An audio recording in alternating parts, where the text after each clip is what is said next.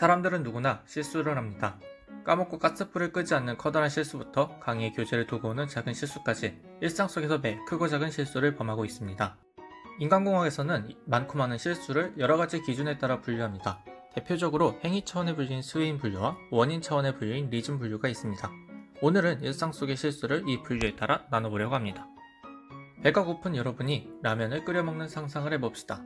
여기 김아무개가 라면을 끓이기 위해 가스불을 켜고 있습니다. 평소 인덕션만 사용하던 김아무개는 가스불을 켤 줄 몰랐고 레버를 끝까지 돌리지 않고 바로 중불로 돌린 채 물이 끊기만을 기다렸습니다. 시간이 흘러도 물을 끓지 않았습니다. 당연하죠. 불을 켜지 않았으니까요. 이처럼 수행해야 할 작업을 부정확하게 수행하려는 오류를 자괴 오류라고 합니다.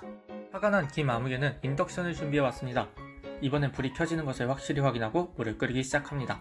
물이 끊기 전까지 할 일이 없던 아무개는 잠시 유튜브를 보러 갑니다. 유튜브 영상을 보느라 시간 가는 줄 모르던 김아무개는 한참이 지나서야 끓이던 물이 생각납니다. 뒤늦게 냄비를 확인해보지만 끓이던 물은 전부 증발해버렸습니다. 이처럼 작업과 관계없는 행동을 하는 경우 불필요한 수행 오류를 범했다고 합니다. 배가 고팠던 김아무개는 결국 물과 라면을 동시에 냄비에 넣어버립니다. 물을 끓이고 라면을 집어넣는 정상적인 순서가 아닌 다른 순서로 작업하는 경우를 순서 오류라고 합니다. 또다시 냄비를 태울 것이 걱정되는 김아무개는 4분이 지날 때까지 냄비 앞을 지키고 서 있습니다. 라면이 다 되어갈 때쯤 뒤늦게 계란이 떠올랐고 급하게 계란을 찾습니다. 김아무개는 서둘러 계란을 찾아왔지만 이미 4분이 지나버렸고 계란을 넣지 못했습니다. 작업과 절차의 수행 지연으로 인해 발생한 이런 오류를 시간 오류라고 합니다. 계란을 못 넣어 아쉽지만 얼른 배를 채우고 싶었던 김아무개는 행주도 없이 맨손으로 냄비를 짚습니다. 김아무개는 뜨거움을 참지 못하고 결국 냄비를 떨어뜨리고 말았습니다. 행주를 짚는 과정을 빠뜨려서 생긴 이런 오류는 누락 오류로 구분할 수 있습니다. 이번에는 방금 실수들을 원인에 따라 분류해보도록 하죠. 행주를 안 집어 화상을 입은 경우와 계란을 까먹고 있던 경우는 비의도적인 오류입니다. 그 중에서 전자는 실수, 후자는 건망에 해당하죠.